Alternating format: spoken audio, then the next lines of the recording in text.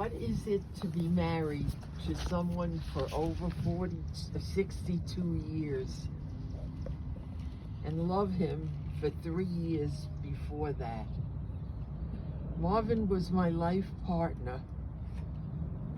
We did everything together, 24 hours a day, and yet I want more. I never met any guy that was so wonderful immediately. I had just turned 17, right after high school. Wait a minute.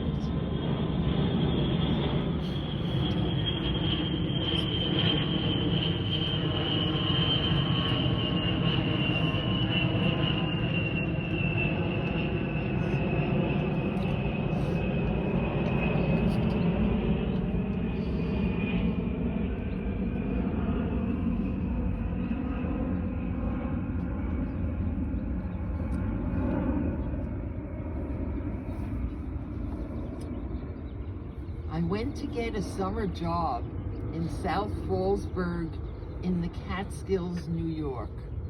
I arrived at the hotel because my brother was there working as a busboy. Marvin was his lead waiter. I sat down reading, and in walks this gorgeous, tall, blonde, green-eyed man, and I couldn't get over that. He came over to me and said, "I never saw you before." I said to him, "I never saw you before." I told him I came to visit Lloyd, my brother, because I had a job at the hotel next door. Marv said, "He's my busboy." What is incredible is that for 2 weeks prior to me meeting Marv, Lloyd told Marv that "I want you to meet my sister. You will love her and marry her." Marvin replied at the time, quote, "I have my own problems and I'm not interested." But that story changed after he saw me that day. Marvin took me to meet his parents the same night we met. I immediately fell in love with his dad. I walked into the house as I watched as Marvin's father spun his wife Seal around and kissed her as he did every single day when he got home. I thought to myself, I want this.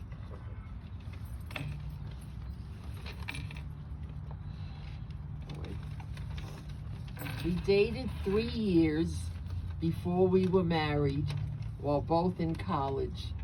Our wedding was very small on a Thursday afternoon.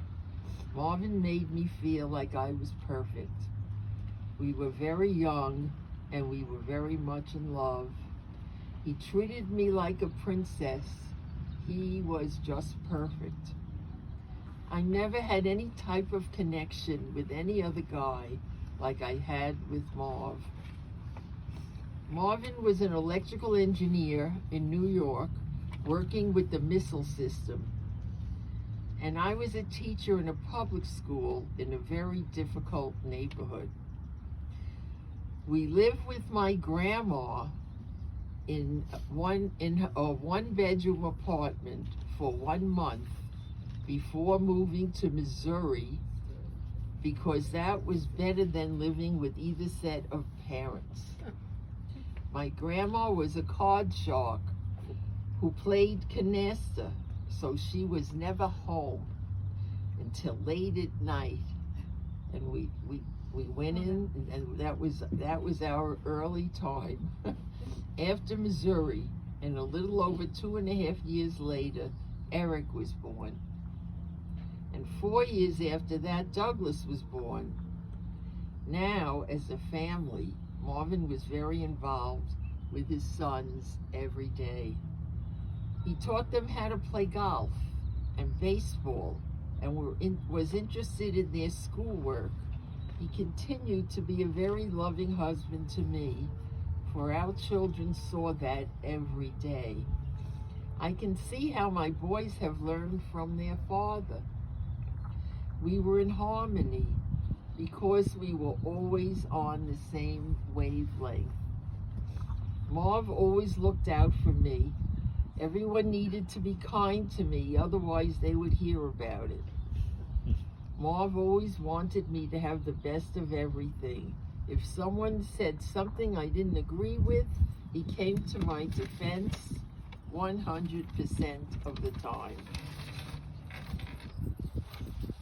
Even as crazy as I am sometimes, he was so good.